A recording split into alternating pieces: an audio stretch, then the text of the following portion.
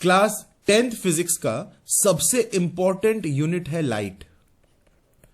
Light unit का जो mark का वेटेज है वो सबसे ज्यादा है। Out of 80 marks approximately 30 marks तक के क्वेश्चंस लाइट से पूछा जाता है। So can you imagine how important this whole unit is. This light unit comprises of 3 main chapters, मतलब कंसाइज बुक के अनुसार 3 चैप्टर है इस लाइट में। Refraction through plane surfaces, refraction through a lens, and last one is spectrum. तो ये 3 chapters इतना important है और उसी का हमारा रिवीजन चल रहा है अभी। ये जो रिवाइटलाइज फिजिक्स सीरीज जो मैंने अभी स्टार्ट किया है, रिवीजन सीरीज, इसमें अभी हमारा एपिसोड 3 जो मैंने किया था उसमें भी लाइट से मैंने क्वेश्चंस लिए थे। बहुत इंपॉर्टेंट क्वेश्चंस हमने डिस्कस किया, प्रीवियस ईयर्स के क्वेश्चंस।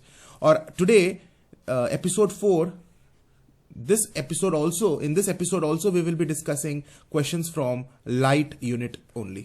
So light का अभी चलेगा और कुछ दिन एपिसोड्स में, और कुछ आगे के एपिसोड्स में हम लाइट से ही लेंगे। And needless to say that this is the most important unit and that is the reason why I will discuss about this unit in little more detail as compared to other units.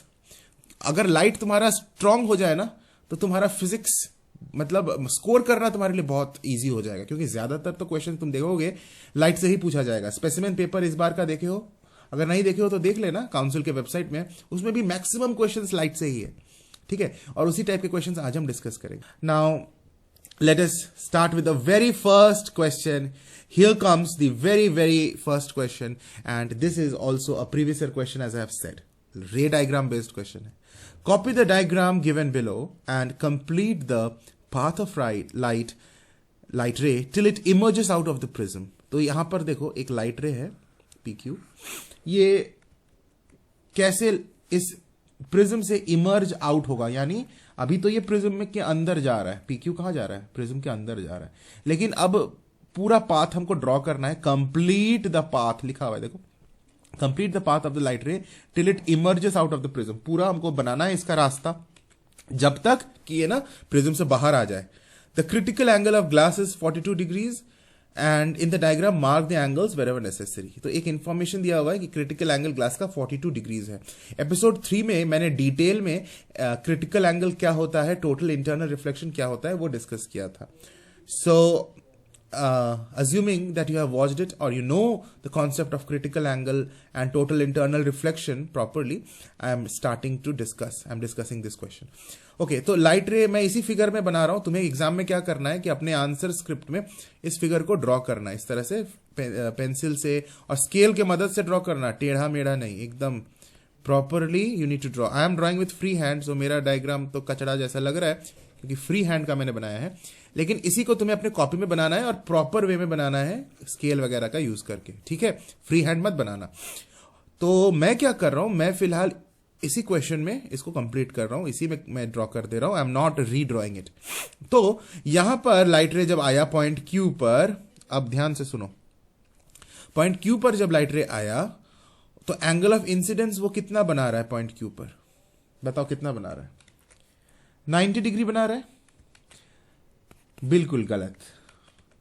क्यों sir? ये 90 degree surface के साथ incident ray का angle है। Surface मतलब surface AB के साथ।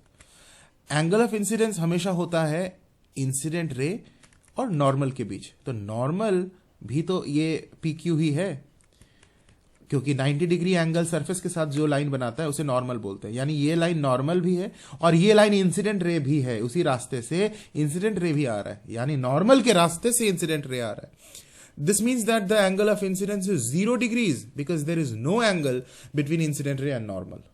तो इस पॉइंट पर, पॉइंट I पर एंगल ऑफ इंसिडेंस कितना है? 0 डिग्रीज है, 90 डिग्रीज नहीं है।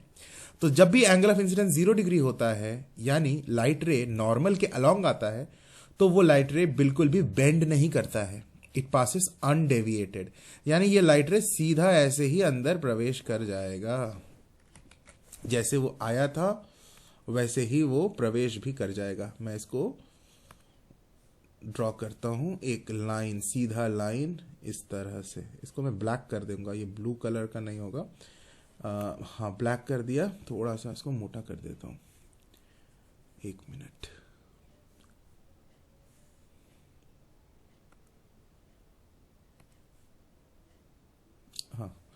तो ये हो गया लाइट रे, ठीक है। ये लाइट रे जो PQ था वो आगे की तरफ बढ़ गया और यहाँ पे मैं एरो बना दिया। अब ये पॉइंट है, इस पॉइंट का नाम R दे देते हैं, पॉइंट R। यहां पर अब क्या होगा, क्या ये रे बाहर आ जाएगा? देखो हर पॉइंट में तुम्हें एंगल ऑफ इंसिडेंस मेजर करना है। ऐसे मत सोचना कि सर इस पॉइंट पे अब वो बाहर आ जाएगा, क्योंकि अभी तो ये ग्लास में है और ग्लास से एयर में जा रहा है, तो यहां हम नॉर्मल बनाएंगे।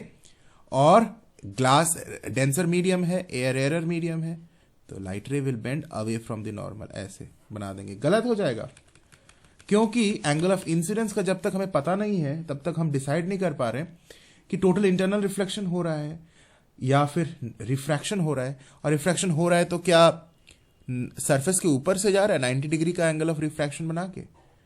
तुम्हें याद होगा जब क्रिटिकल एंगल के बराबर होता है एंगल ऑफ इंसिडेंस, उस समय जो लाइट रे है वो इस तरह से, मानो लाइट रे आया, ये डेंसर मीडियम है, ये रेयर मीडियम है, ये लाइट रे जो है वो सरफेस के ऊपर से इस तरह से पास होगा जहां एंगल ऑफ रिफ्रैक्शन 90 डिग्रीज होता है।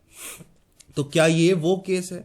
अच्छा, इसके बारे में अगर नहीं पता है तो प्रीवियस लेक्चर देखना पड़ेगा, नहीं तो एपिसोड जो 3 है उसमें मैंने डिस्कस किया था। अगर तुम्हें angle of incidence, critical angle, total internal reflection के बारे में कोई भी डाउट है तो फिर देखना पड़ेगा। तो वहां पे मैंने डिस्कस किया था कि एंगल ऑफ इंसिडेंस अगर क्रिटिकल एंगल से ज्यादा हो तो फिर टोटल इंटरनल रिफ्लेक्शन होता है। तो क्या यहां पर angle of incidence critical angle से ज्यादा है? क्रिटिकल एंगल कितना है वो दिया हुआ है, देखो क्रिटिकल एंगल 42 है, क्वेश्चन में दिया हुआ है। अगर एंगल ऑफ इंसिडेंस 42 से ज्यादा है इस पॉइंट पर तो फिर टोटल इंटरनल रिफ्लेक्शन होगा। तो कैसे पता चलेगा एंगल ऑफ इंसिडेंस कितना है? नॉर्मल बनाएंगे यहां पर, ऐसे स्केल रखते हुए सीधा सा नॉर्मल। ओके, जनरली नॉर्मल जब हम बनाते हैं तो डॉटेड लाइन से बनाते हैं। मैं फ्री हैंड से बना रहा हूं ना, इसलिए मेरा ना स्ट्रेट नहीं बन रहा है। तुम लोग ऐसे फ्री हैंड से मत बनाना, तुम लोग स्केल का यूज करके बनाओगे तो बिल्कुल स्ट्रेट बनेगा। तो फ्री हैंड से जितना स्ट्रेट हो पाता था मैंने बना दिया है। अच्छा, अब मुझे ये एंगल पता करना है। Which angle children? Let me just show it to you. Yes, this angle, isn't it? This is the angle of incidence, don't you think so? This one, this is the angle of incidence जो मैंने अभी red से show किया है या pink colour से show किया है। ये एंगल ऑफ इंसिडेंस है इस पॉइंट के लिए, आर के लिए।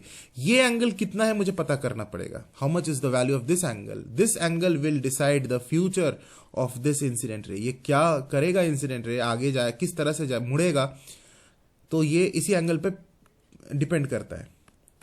अच्छा, कैसे पता चलेगा? ज्योमेट्री का यूज करेंगे, सिंपल ज्योमेट्री। अच्छा, ये एंगल कितना होगा चिल्ड्रन? ये वाला एंगल कौन सा, इसकी बात कर रहा हूं मैं, एक मिनट, ये वाला। You getting my point? This one, how much is this? Well, you see this is 90 degrees. Why this is 90 degrees? Because vertically opposite angle इधर भी 90 है, तो obviously this also has to be 90 degrees. कोई doubt नहीं है? तो जब हमें ये पता चल गया है कि ये एंगल 90 डिग्री है, ये तो 60 पता है, तो ऑब्वियसली ये वाला एंगल भी हमें पता चल गया कि ये कितना होगा, ये 30 डिग्रीज होगा। कैसे 30 डिग्रीज होगा? क्योंकि एक ट्रायंगल में टोटल एंगल का सम 180 डिग्रीज होता है। तो फिर ये तो 90 है, ये 60 है, तो 90 प्लस 60 करो, कितना हो जाएगा? 150। एंड 180 से माइनस कर दो, तो 180 minus 150 will give you 30. That means this angle has to be 30 degree. तो हमें पता चल गया कि ये एंगल 30 डिग्री है। अब हमें ये पता है कि ये टोटल एंगल 90 डिग्री है, तो 90 minus 30 करेंगे तो ये 60 डिग्रीज है। इसका मतलब हमें पता चल गया कि पॉइंट आर पर एंगल ऑफ इंसिडेंस 60 डिग्रीज है, और 60 is obviously more than 42, so total internal reflection will happen. So now the light ray will get reflected back and it will reflect in this manner. 60 degrees का angle बनाते हुए ही वो reflect करेगा, isn't it? एक minute में फिर से इसको प्रॉपरली ड्रॉ कर लेता हूं। देखो यहाँ एंगल ऑफ इंसिडेंस 60 डिग्रीज है, तो एंगल ऑफ रिफ्लेक्शन भी 60 डिग्रीज ही होगा। इस तरह से 60 डिग्रीज का हम इधर बनाते हैं, लगभग 60 डिग्रीज। तुम्हें मेजर प्रोट्रैक्टर से मेजर वगैरह नहीं करना है, you don't have to measure it, okay, using a protractor और समथिंग। तुम अंदाजे से 60 डिग्री बनाना, लगभग दिखना चाहिए कि मोटा मोटी हाँ 60 डिग्रीज इस एंगल के इक्वल तो लग रहा है। एग्जैक्टली तुम्हारा 60 होने का कोई जरूरत नहीं है। तो मोटा मोटी सा यहाँ पे भी 60 लग रहा है कि नहीं लग रहा है? ये क्या हो रहा है बार बार, एक मिनट, यहां पर, हाँ ये 60 डिग्रीज हो गया।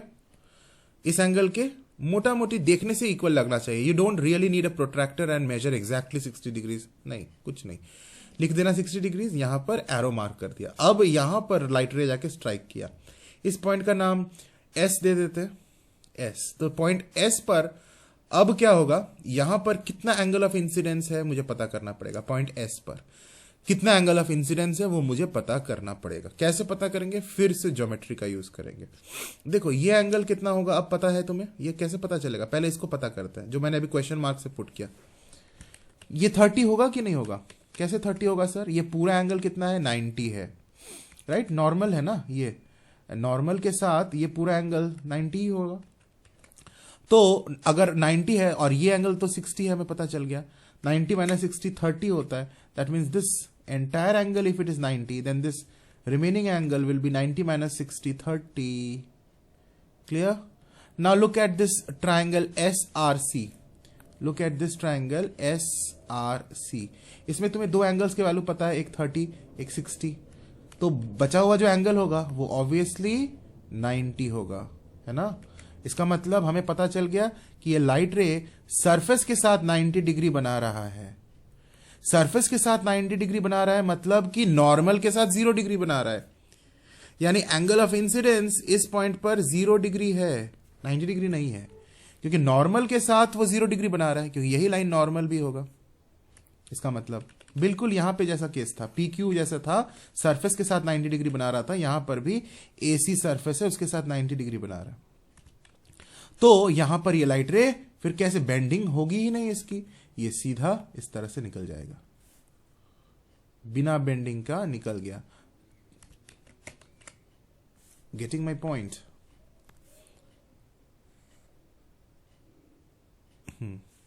कुछ इस तरह से, थोड़ा सा इसको मोटा कर देते हैं। Yes, so I hope you have understood, this is the thing. So ये हमारा आंसर है। कितना इजी है, बना लो फटाफट, वीडियो पॉज करो, बनाओ। और यहां लिखा हुआ है mark the diagrams wherever necessary, and we have marked the diagrams. Okay, जहां जहां पर हमने जिस तरह से एंगल का वैल्यू लिखा है तुम्हें भी लिखना पड़ेगा। So you see how interesting it is. Clear? Now let us move to the next question. ये एक प्रीवियस ईयर का क्वेश्चन है, क्वेश्चन हमने किया और बहुत इंपॉर्टेंट क्वेश्चन था। अब चलते हैं नेक्स्ट, ये वाला क्वेश्चन, और ये भी प्रीवियस ईयर का क्वेश्चन है, बहुत ज्यादा इंपॉर्टेंट है। Write a relationship between angle of incidence and angle of refraction for a given pair of media. तो बेसिकली वो जो रिलेशनशिप है जो एंगल ऑफ इंसिडेंस और एंगल ऑफ रिफ्रैक्शन के बीच में होता है, उस रिलेशनशिप को स्नेल्स लॉ बोलते हैं। And Snell's law tells us that the sine of angle of incidence divided by the sine of angle of refraction gives the refractive index of the second medium with respect to the first medium. तो हमें यहां पर वही relation पूछा है कि sine of angle, first number कर रहे हैं तो नंबर 1 दे देते हैं, sine of angle of incidence divided by sine of angle of refraction is equal to mu of the second medium with respect to first medium. यही relation हमें पूछा गया है। लेकिन यहां सिंबल्स का मतलब लिख दो तो सबसे अच्छा है, लिखने के बाद कि आई क्या है, आई है एंगल ऑफ इंसिडेंस, तब हमारा आंसर कंप्लीटली करेक्ट हो जाता है। आर क्या सिंबल है, किसके लिए है, एंगल ऑफ रिफ्रैक्शन के लिए। एंड ये जो म्यू 2 1 है इसका लिखना, ये हो गया रिफ्रैक्टिव इंडेक्स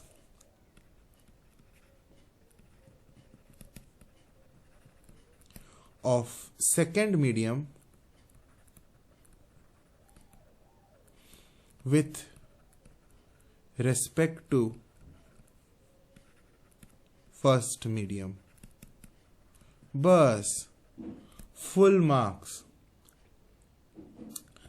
ओके, नंबर 2 का आंसर क्या है, सेकेंड पार्ट पूछा क्या है, when a ray of light enters from one medium to another having different optical densities it bends. कोई भी लाइट रे जब एक मीडियम से दूसरे मीडियम में जाता है और जहां दोनों मीडियम की ऑप्टिकल डेंसिटीज अलग अलग है, मतलब कोई एक रेयरर मीडियम है, कोई एक डेंसर मीडियम है, तो वो बेंड करता है, इट बेंड्स। ये तो हमें पता है, और उसी को रिफ्रैक्शन भी बोलते हैं। वाई डज दिस फिनोमिनन अकर, ये होता क्यों है? तो इसका आंसर क्या लिखोगे, जो बुक में भी दिया हुआ है, ये इसलिए होता है क्योंकि लाइट का स्पीड चेंज हो जाता है। जैसे ही वो एक मीडियम से दूसरे मीडियम में प्रवेश करता है और दोनों मीडियम का ऑप्टिकल डेंसिटीज अलग अलग है, तो लाइट का क्या चेंज हो जाता है? स्पीड चेंज हो जाता है, और इसी स्पीड के चेंज होने की वजह से वो बेंड करता है। This is what you have to write, start writing it. When a ray of light, बड़ा इजी है, enters from one medium to another having different optical densities, it bends, वो bend करता है। Because, अब reason लिखेंगे, its speed changes. तो यहां पर ना अंडरलाइन कर देना, क्योंकि यही सबसे important part of the answer है, रादर ये कीवर्ड है कि उसकी स्पीड चेंज हो जाती है। Its speed changes due to change in its speed, it bends. बस, फुल मार्क्स। अब third part of the question पूछा है, राइट वन कंडीशन, एक कंडीशन लिखिए, where it does not bend when entering a medium of different optical density. तो एक condition बताइए जहां पर उसकी बेंडिंग होगी नहीं। हाँ, ऐसा भी हो सकता है सर कि वो एक मीडियम से दूसरे मीडियम में जा रहा है और यहां लिखा भी हुआ ऑफ डिफरेंट ऑप्टिकल डेंसिटी, मतलब कि ऑप्टिकल डेंसिटी भी अलग है, कोई रेयरर मीडियम है, दूसरा डेंसर मीडियम है। वैसे रेयरर से डेंसर जा रहा हो या डेंसर से रेयरर जा रहा हो, और फिर भी वो बेंड ना करे, इट डज नॉट बेंड। एक ऐसा कंडीशन बताइए। ऐसा हो सकता है सर? बिल्कुल हो सकता है। अभी अभी हमने डिस्कस किया यहां पर कि ये जो लाइट था PQ, ये एयर में जब था तब PQ रास्ते से आ रहा था, और जब वो ग्लास में एंटर किया यहां पर, वो तो बेंड किया नहीं। बेंड किया क्या? नहीं किया। बिना बेंडिंग के ही ये लाइट रे एंटर कर गया, और इधर भी पॉइंट एस पर भी तो कहां बेंड किया? नहीं किया बेंड। तो बिना बेंडिंग का तो पॉसिबल है, यहां पर भी तो वो ग्लास से एयर में गया, तो बेंडिंग तो हुई नहीं। तो यही कंडीशन तो है, तुमने तो पढ़ा है, तुम तो जानते हो कि क्या कंडीशन होगा जब बेंडिंग नहीं होगी। जब एंगल ऑफ इंसिडेंस 0 डिग्रीज होता है, उस केस में। यानी मोर स्पेसिफिकली हम, मतलब इसको अगर और अच्छे से एक्सप्लेन करें तो क्या लिखेंगे, जब इंसिडेंट रे नॉर्मल के अलोंग आए, तब नॉर्मल के अलोंग आए, नॉर्मल जिस रास्ते से उसी रास्ते से अगर इंसिडेंट रे भी आए, तब बेंडिंग नहीं होगी। लिखेंगे condition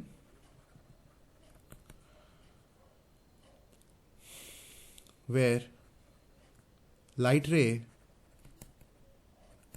does not bend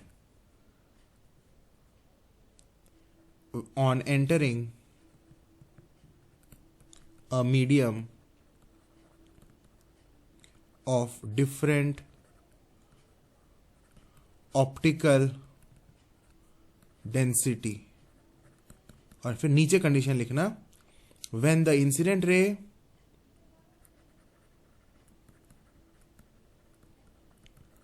when the incident ray comes along the normal, और ब्रैकेट में लिख दो, that is angle of incidence, angle I is equal to 0 degrees. बस, और इसको एक काम करेंगे, इस चीज को अंडरलाइन भी कर देंगे तो अच्छा है, एग्जाम में पेंसिल से अंडरलाइन कर देना, when the incident ray comes along the normal, that is angle I is 0 degrees. Full marks. Next question में चलते हैं। प्रीवियस ईयर का ये भी क्वेश्चन हमने किया, और अभी जो क्वेश्चन सामने है वो भी लेंस चैप्टर से है, प्रीवियस ईयर क्वेश्चन पेपर से है। अच्छा, लेंस के बारे में तुम्हें क्लियर कुछ चीजें होनी चाहिए, तभी ये क्वेश्चन कर पाओगे। तो पहले मैं लेंस के ऊपर थोड़ा समराइज्ड वे में डिस्कशन कर लेता हूं, ठीक है, then we will come to this question. तो अभी ध्यान दो, लेंस के ऊपर हम कुछ डिस्कशन करने जा रहे हैं। लेंस दो टाइप के होते हैं जो हमारे सिलेबस में है, उसकी बात कर रहा हूं। एक है कॉन्वेक्स लेंस, जो बेसिकली बाई कॉन्वेक्स लेंस है, और दूसरा है कॉनकेव लेंस, जो बेसिकली बाई कॉनकेव लेंस है। हमारे सिलेबस में जितना है मैं उतना ही बता रहा हूं। कॉन्वेक्स लेंस जो हमें पढ़ना है वो इस तरह का है, बाई कॉन्वेक्स लेंस है। वैसे तो बाई कॉन्वेक्स लेंस के अलावा भी प्लेनो कॉन्वेक्स लेंस है, कॉनकेवो कॉन्वेक्स लेंस है, तो लेकिन वो हमारे सिलेबस में नहीं है। तो हमारे सिलेबस में है बाई कॉन्वेक्स लेंस, जिसे हम सिर्फ कॉन्वेक्स लेंस बोल रहे हैं, और एक बाई कॉनकेव लेंस है, कुछ इस तरह से है, इसे हम बोलते हैं बाई कॉनकेव लेंस या सिंपली कॉनकेव लेंस। ठीक है, तो ये दो लेंसेज हमें पढ़ना है। अब देखो, कॉन्वेक्स लेंस का जो बेसिक डेफिनेशन है वो ये है कि convex lens is thin at the periphery, मतलब साइड्स में थिन होता है, and thick at the middle. ये एक इंपॉर्टेंट पॉइंट है। कॉन्वेक्स लेंस होता है थिन एट पेरिफेरी या फिर साइड्स मतलब periphery, and thick eight middle में मोटा होता है। कॉनकेव का उल्टा है, कॉनकेव में होता है थिक एट साइड्स का मतलब पेरिफेरी, तो थिक एट पेरिफेरी भी बोल सकते हो, एंड थिन एट मिडिल में पतला है। तुम ध्यान से देखो, मिडिल रीजन पतला है और साइड्स का रीजन मोटा है कॉनकेव लेंस में। अच्छा, जब लाइट रे इधर प्रिंसिपल एक्सिस है, पैरेलल टू प्रिंसिपल एक्सिस आता है, तो कॉन्वेक्स लेंस क्या करता है, उसको कन्वर्ज करा देता है, और इस पॉइंट को हम बोलते हैं सेकेंड फोकस पॉइंट F2। और कॉनकेव लेंस में इसका उल्टा होता है। कॉनकेव लेंस में जब light ray parallel to principal axis आता है, वो उसको डाइवर्ज करा देता है, और जिस पाथ से वो डाइवर्ज करता है उसको अगर हम पीछे बैक ट्रेस करें तो वो जिस पॉइंट पे मिलता है उसको हम कॉनकेव लेंस का सेकेंड फोकस बोलते हैं। इजी है। तो एक तरह से देखा जाए तो कॉन्वेक्स लेंस कन्वर्जिंग लेंस है,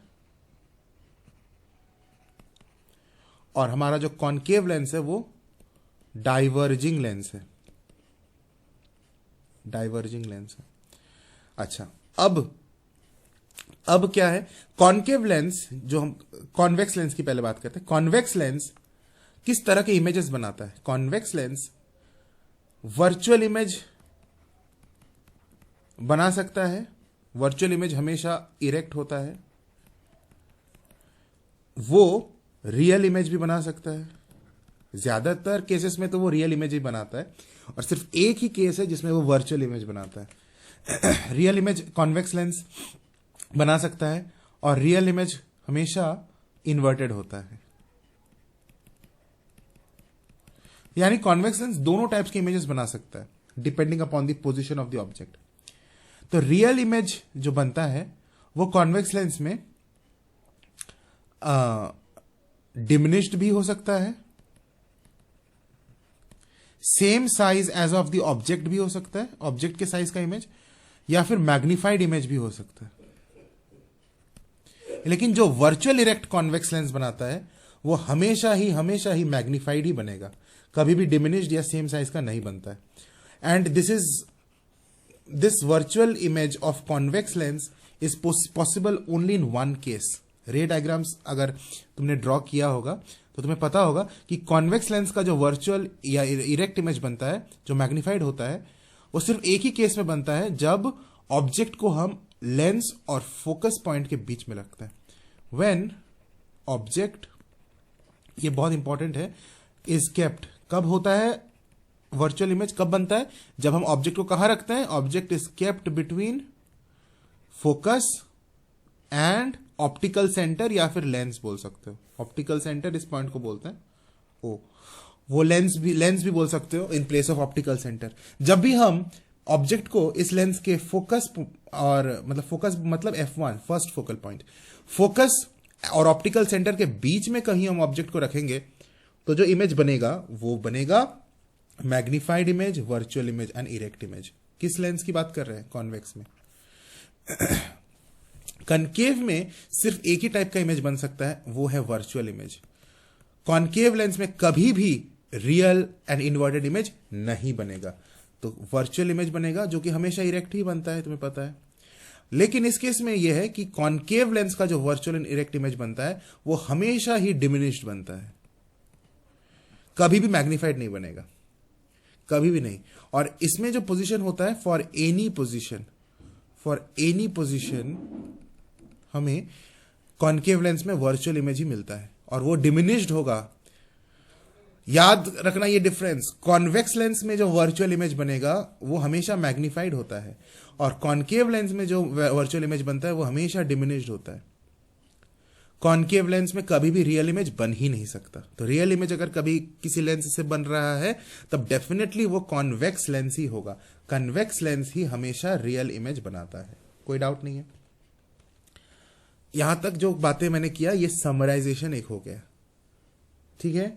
और इस बात का भी तुमने याद दिमाग में अच्छे से इसको स्टोर कर लेना कि कॉन्वेक्स लेंस में जो वर्चुअल इमेज बनता है वो तो मैग्नीफाइड होता ही है, और उस केस में ऑब्जेक्ट को हम कहां पे रखते हैं, फोकस एंड ऑप्टिकल सेंटर के बीच में रखेंगे। Then only this is possible, this virtual image is possible in convex lens. Otherwise, for all other positions of the object, we will obtain real inverted image only for convex lens.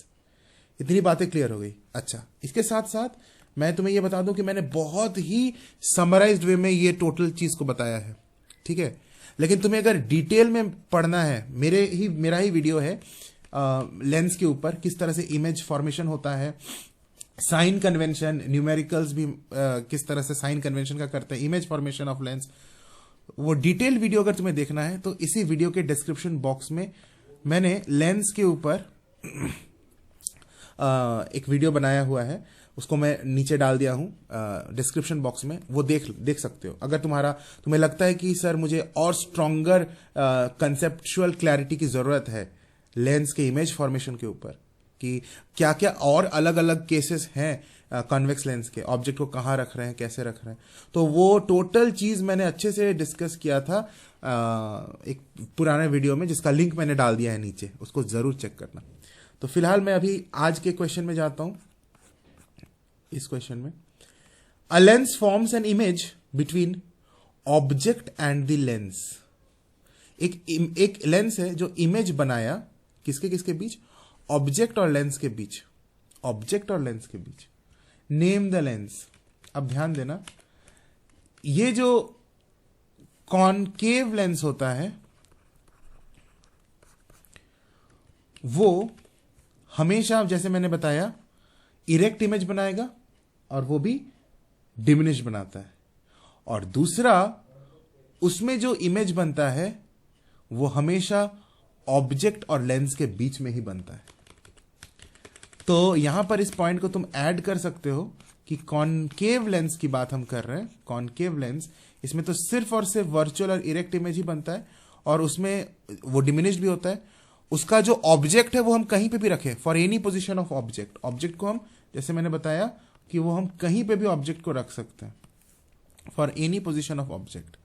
लेकिन image कहां obtain होगा, image formed हमेशा between object and lens, lens और object के बीच। Lens का मतलब optical centre, optical centre और object के बीच। तो यहां पर नेम द लेंस बोला है, तो definitely this is concave lens.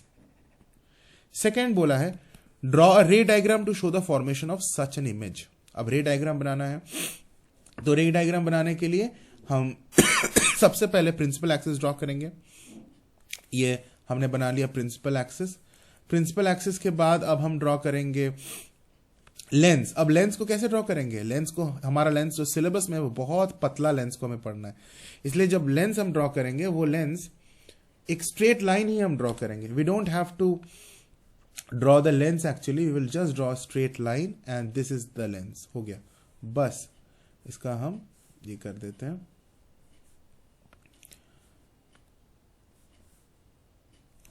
Colour change करके, एक मिनट, इसको ब्लैक कर देते हैं। हाँ, तो ये हमने लेंस बना लिया। अब हमें करना है ऑब्जेक्ट ड्रॉ करना है, तो एक ऑब्जेक्ट मैंने यहां पे बना दिया, ठीक है। ऑब्जेक्ट कहीं पे भी हो सकता है, क्योंकि हम कॉनकेव लेंस की बात कर रहे हैं, तो ऑब्जेक्ट का पोजीशन कहीं पे भी रखेंगे तो हमें इमेज जो बनेगा वो ऑब्जेक्ट और लेंस के बीच में ही बनेगा, इसलिए हमें कोई टेंशन वाली बात है नहीं। अच्छा, कंपास से मेजर करके, आई मीन स्केल से मेजर करके हम एक पर्टिकुलर लेंथ ले लेंगे, मान लो यहाँ 2 सेंटीमीटर लिया। From optical centre you can measure 2 centimetres and mark F1 over here. Similarly यहां से 2 सेंटीमीटर पीछे तुम F2 मार्क कर लेना। अगर तुम यहां 2 सेंटीमीटर लियो तो इधर भी 2 सेंटीमीटर लेना F2, ठीक है। तुम कोई भी लेंथ ले सकते हो, 3 सेंटीमीटर भी ले सकते हो, तो जनरली 2 सेंटीमीटर ठीक होता है। So this is our object AB। This arrow head, जो स्टैंडिंग एरो हेड है, ये ऑब्जेक्ट है, ये ऑप्टिकल सेंटर है, ये F2 है, क्लियर है। और ये F1 है, F1 F2 optical centre and object. हमने सारे चीज को मेजर करके रख लिया। एग्जाम में ऐसे ही करोगे। अब क्या करना है, अब एक लाइट रे आएगा पैरेलल टू, इसी ऑब्जेक्ट के हेड से हम निकालेंगे। 2 लाइट रेज चाहिए रे डायग्राम्स के लिए। एक लाइट रे इस प्रिंसिपल एक्सिस के पैरेलल आएगा और इस ऑब्जेक्ट के हेड से आएगा। हाँ आया, पैरेलल टू प्रिंसिपल एक्सिस। अब ये क्या होगा, ये जब इधर से पास करेगा लेंस से, एक मिनट, ये जो शेप्स लेने में मुझे बड़ा दिक्कत हो रहा है, अरे यार, इंसर्ट शेप्स, हाँ अब ठीक है। अब ये रे क्या होगा, यहां से डाइवर्ज करेगा, और डाइवर्ज इस तरह से करेगा कि इसको अगर हम पीछे की तरफ बैक ट्रेस करें तो ये मिलता हुआ मुझे दिखेगा कहां पर, इस फोकल पॉइंट पर, F2 पर, इस तरह से, ठीक है। तो ये तो तुम जानते हो क्योंकि ये डाइवर्ज किया। दूसरा एक लाइट रे हम निकालेंगे उसी पॉइंट से, पॉइंट A से, और वो पास करेगा ऑप्टिकल सेंटर के थ्रू। ऑप्टिकल सेंटर के थ्रू जब भी कोई लाइट रे जाता है तो वो अनडेविएटेड पास करता है, यानी ऑप्टिकल सेंटर में आया और वो बिना डेविएशन का आगे भी निकल गया, ये लाइट रे है, ठीक है, सिंपल है। इसको भी हम एरो बना देते हैं, यहां पर हो गया। तो इमेज कहां बना, यहां पर इमेज बना, यहां पर इमेज बना। इमेज का नाम दे देते हैं A', B', हो गया। So this is the ray diagram to show the formation of this such a kind of image. तुम अगर ध्यान से देखो, ये इमेज जो बना है वो between the object and the lens है, ऑब्जेक्ट और लेंस के बीच में बना है, और यही हमें चाहिए था। और ये सिर्फ और सिर्फ कॉनकेव लेंस में पॉसिबल होता है, राइट। अब हम थर्ड पार्ट में जाते हैं, state 3 characteristics of this image. तो 3 कैरेक्टरिस्टिक्स क्या क्या लिखोगे। सबसे पहला कैरेक्टरिस्टिक है कि इमेज इज वर्चुअल, है ना। मैंने बताया ना कि क्या कॉनकेव लेंस हमेशा वर्चुअल इमेज बनाता है, और तुम्हें दिख भी रहा है कि ये जो इमेज बना है यहां पर लाइट रे एक्चुअली इंटरसेक्ट नहीं किया है, हमने उसको पीछे प्रोड्यूस किया रिफ्रैक्टेड रे को, और वर्चुअली मीट करके ये रे बना है। सो दिस रे इज वर्चुअल। एंड दूसरा पॉइंट में लिखेंगे द इमेज इज इरेक्ट। दूसरा कैरेक्टरिस्टिक, इमेज इज इरेक्ट। और तीसरा जो कैरेक्टरिस्टिक है इमेज का size, image is diminished. Image छोटा है, इमेज इज डिमिनिश्ड, क्योंकि ऑब्जेक्ट का साइज बड़ा है, इमेज का साइज छोटा है। Yes, a lens forms an image, forms an upright diminished image of an object। ध्यान दो, अभी अभी मैंने डिस्कस किया था, अपराइट का मतलब इरेक्ट होता है, इरेक्ट, ठीक है। क्वेश्चन को पढ़ो, बड़ा इजी है। a lens forms an upright यानी erect and diminished image of an object। Object, और वो ऑब्जेक्ट कहां रखे हैं, placed at its focal point. Object को हम फोकल पॉइंट पे रखे हैं, मतलब फोकस पर रखे हैं लेंस का। लेकिन इमेज कैसे बना, ध्यान देना, यहां बोल दिया है अपराइट यानी इरेक्ट एंड डिमिनिश्ड। तो erect image and diminished image सिर्फ और सिर्फ कौन लेंस में बनता है, तो मैंने अभी बताया था, पीछे अगर देखोगे मैं इसको, इरेक्ट एंड डिमिनिश्ड इमेज हमेशा देखो कॉनकेव में बनता है। इरेक्ट एंड डिमिनिश्ड कॉनकेव में बनता है, क्योंकि इरेक्ट एंड मैग्निफाइड कॉन्वेक्स में बनता है, लेकिन इरेक्ट एंड डिमिनिश्ड कॉनकेव में बनता है।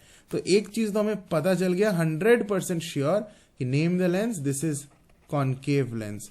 अच्छा, ये जो पोजीशन दिया है object is placed at focal point, तो ये कोई भी पोजीशन पर ही तो हमें इरेक्ट एंड डिमिनिश्ड बनता है। तो इसलिए घबराना मत कि फोकल पॉइंट पे ऑब्जेक्ट को रखा गया है, क्या इस बात का कोई ज्यादा इंपॉर्टेंस है इस क्वेश्चन में, बिल्कुल भी नहीं। बिकॉज मैंने बोला है this erect and diminished image is obtained in concave lens for any position of the object। so ये कोई बड़ी बात नहीं है कि आपने इसको फोकल पॉइंट पर रखा है, कहीं पे भी आप रखोगे तो आपको इरेक्ट एंड डिमिनिश्ड इमेज ही मिलेगा, कॉनकेव लेंस है। Draw ray diagram to show the formation of an image.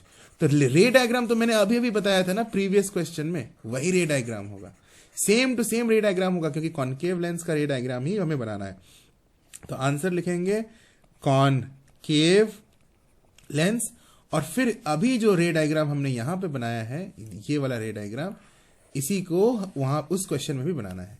तो दोनों अलग अलग साल के प्रीवियस ईयर्स के क्वेश्चन हैं, दोनों अलग अलग डिफरेंट ईयर्स के हैं, लेकिन तुम देख रहे हो ना कि एक्चुअली दोनों सेम ही क्वेश्चन है, बस वे ऑफ आस्किंग अलग अलग है। तो मैं फिर से फिगर को बना नहीं रहा हूं, तुम लोग इसको बना लेना। अगर लिखे नहीं हो तो वीडियो को पॉज करके लिख लो एंड डेफिनेटली इसको कॉपी में बनाओ, क्योंकि देख रहे हो एक ही रे डायग्राम 2 साल कंटिन्यूअस पूछा गया था, और ये दोनों कंटिन्यूअस ईयर्स के क्वेश्चन हैं। ओके, अब नेक्स्ट क्वेश्चन में चलते हैं।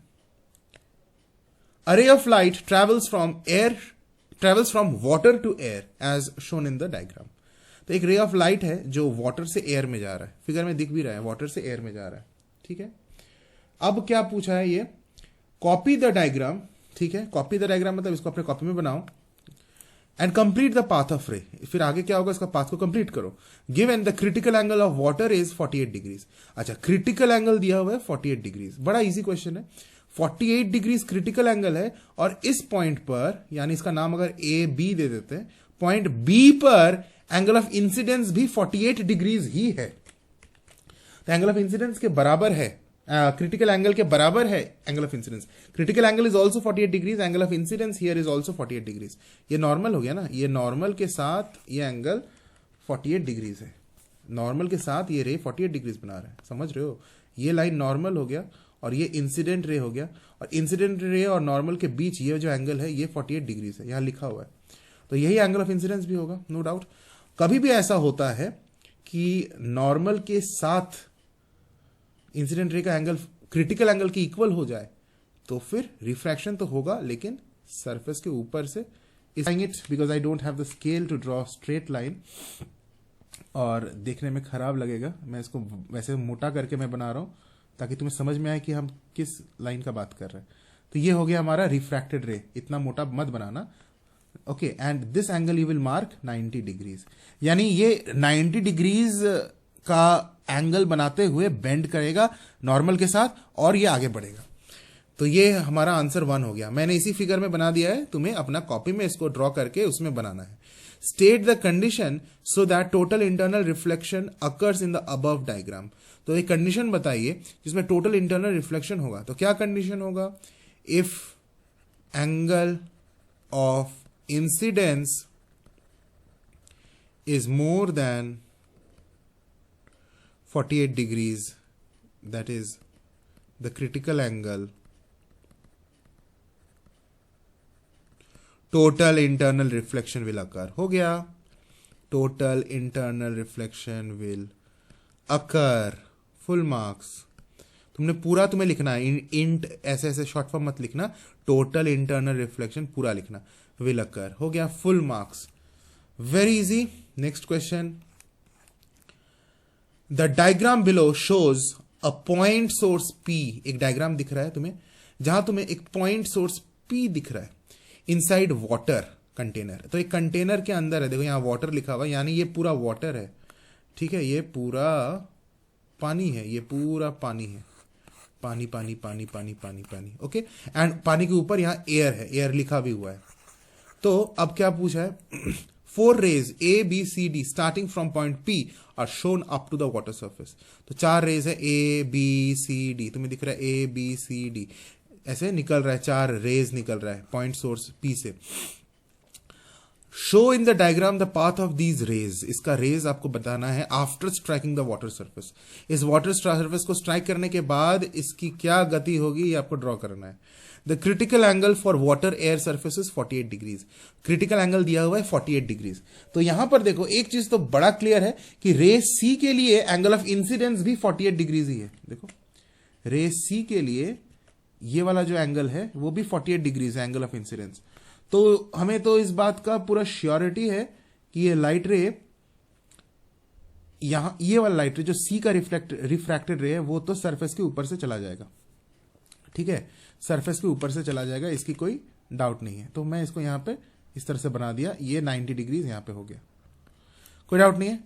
अब ध्यान देना है मुझे, सी का तो बन गया, अब ए का क्या होगा। ए का देखो, A is vertically hitting the surface, it means the angle of incidence over here is 0 degrees, यानी सरफेस के साथ 90 डिग्रीज बना रहा है, तो एंगल ऑफ इंसिडेंस यहां 0 डिग्रीज है। तो यहां पर भी हम श्योर हैं कि ए, ये जो पी ए लाइट रे है वो सीधा निकल जाएगा बिना किसी डेविएशन का। तो ए का भी बना दिया, तो ए का भी हम समझ गए, सी का भी समझ गए। अब बी डी का बचा हुआ है। अब तुम ध्यान दो, इधर यहां पर नॉर्मल बनाओ, यहां पर नॉर्मल बनाओ। अब ध्यान से देखो, ये जो एंगल ऑफ इंसिडेंस यहां बन रहा है रे डी के लिए, दिस एंगल ऑफ इंसिडेंस जिसको मैंने अभी क्वेश्चन मार्क से शो किया है, क्या ये एंगल ऑफ इंसिडेंस 48 से बड़ा दिख रहा है या 48 से छोटा दिख रहा है? क्लियर है, 48 से बड़ा है वो, 48 से ये एंगल बड़ा है, ये एंगल 48 है, 48 है, तो this angle is more than 48. So this, whatever angle is this, we don't need to know the value of this angle, but definitely this particular angle is greater than 48 degrees, and 48 degrees is critical angle. So in this case it will totally reflect, internally reflect, क्योंकि 48 degrees से ज्यादा है, so it is more than 48 degrees, तो ये reflect कर जाएगा। कभी भी angle of incidence critical angle से ज्यादा होता है तो टोटल इंटरनल रिफ्लेक्शन होगा। और क्लियरली हमें दिख रहा है ये वाला जो एंगल है जिसको मैं ग्रीन से शो कर रहा हूं, ये वाला, वो 48 से कम है। कंपेयर करो, दिख ही रहा है तुम्हें, तुम प्रोट्रैक्टर से भी मेजर करके देख सकते हो, तो कम ही है। तो 48 डिग्री से ये कम है, वैसे तो क्लियरली दिख रहा है क्योंकि पॉइंट पी बी से ज्यादा क्लोज है, तो यहां कम एंगल बनाया है, और पॉइंट पी यहां इस पॉइंट से ज्यादा दूर पर है डिस्टेंस, तो यहां पे वो ज्यादा एंगल सबटेंड करेगा। तो सिंपल कॉन्सेप्ट है। So this particular angle at PB is making over here, it is less than 48 degrees, यानी टोटल इंटरनल रिफ्लेक्शन नहीं होगा। क्या होगा, लाइट रे नॉर्मली निकल जाएगा बेंड होते हुए, तो सीधा नहीं जाएगा, away from the normal bend हो जाएगा, कुछ तो बेंडिंग होगा, और कितना एंगल से बेंड होगा वो हमें नहीं पता, हमें पता भी नहीं करना है। This is the scenario, this is the answer. तो मैंने चारों रेज का बना दिया है path after striking the water surface. तो फिलहाल तो मैंने क्वेश्चन का फिगर में ही इसको बना दिया है, but you need to redraw the figure and complete it. Okay, number 2 में पूछा है, name the phenomenon which the rays B and D exhibit. तो बी क्या एग्जिबिट कर रहा है, रिफ्रैक्शन। तो रे बी को देखो, रे बी एग्जिबिट्स